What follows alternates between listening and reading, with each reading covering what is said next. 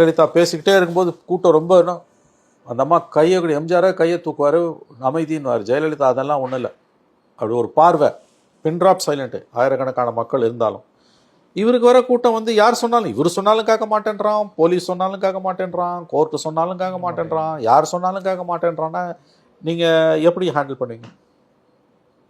நடு ரோட்டில் வந்து 10,000 பேர் நிற்கிற இடத்துல 30,000 பேர் வந்து நிற்கிறான்னா, எவன் வீட்டு கூரையிலேயே ஏறுறான், எவன் வீட்டு ஆஸ்பெஸ்டாஸையே உடச்சிக்கின்னு உள்ளே போகிறான்.